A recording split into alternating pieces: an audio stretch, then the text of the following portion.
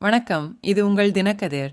September 27 அன்று வேலுசாமிபுரத்தில் நடந்த தமிழக வெற்றிக் கழக தலைவர் விஜயின் தேர்தல் பிரச்சாரத்தின் போது 41 பேர் உயிரிழந்த கரூர் கூட்ட நெரிசல் குறித்து மத்திய புலனாய்வு பிரிவு வெள்ளிக்கிழமை முதற்கட்ட விசாரணையை தொடங்கியது.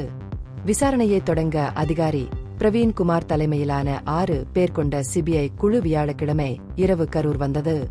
அக்டோபர் 13 அன்று சென்னை உயர் நீதிமன்றத்தால் அமைக்கப்பட்ட சிறப்பு புலனாய்வு குழுவிலிருந்து வழக்கை மேலும் விசாரணைக்காக சிபிஐக்கு மாற்றியது உச்ச நீதிமன்றம்.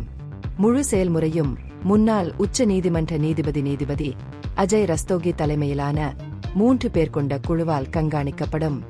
விசாரணை குழுவில் கூடுதல் காவல் கண்காணிப்பாளர் முகேஷ்குமார், துணை காவல் கண்காணிப்பாளர் ராமகிருஷ்ணன் மற்றும் பிற மூத்த அதிகாரிகள் உள்ளனர் என்பதை அதிகாரிகள் உறுதிப்படுத்தினர்.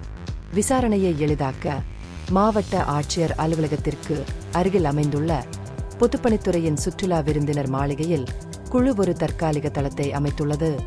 சிபிஐ முதற்கட்ட ஆதாரங்களை சேகரிக்கவும் முந்தைய சிறப்பு புலனாய்வு குழு வழங்கிய ஆவணங்களை ஆராயவும் தொடங்கியுள்ளதாக வட்டாரங்கள் தெரிவித்தன. மேலும் தொடர்வதற்கு முன் முழுமையான புரிதலை உறுதி செய்வதற்காக வழக்கு தொடர்பான அறிக்கைகள் மற்றும் பிற பொருட்களை குழு கவனமாக மதிப்பாய்வு செய்து வருகிறது. விசாரணையின் அடுத்த கட்டத்தில் நிறுவனம் கூட்ட நெரிசல் நடந்த இடத்தை பார்வையிடும், பாதிக்கப்பட்டவர்களின் குடும்பங்களை சந்திக்கும், நேரில் கண்ட சாட்சிகள் மற்றும் உள்ளூர் அதிகாரிகளிடமிருந்து வாக்குமூலங்களை பதிவு செய்யும் என்று எதிர்பார்க்கப்படுகிறது.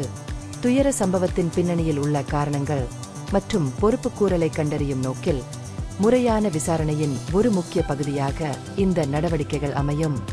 இந்த பகுப்பாய்வு நுண்ணறிவுள்ளதாக கண்டால் முக்கியமான அரசியல் முன்னேற்றங்கள் குறித்த கூடுதல் புதுப்பிப்புகளுக்கு லைக் செய்யவும், ஷேர் செய்யவும், சப்ஸ்கிரைப் செய்யவும். இது உங்கள் தினக்கதிர். நன்றி.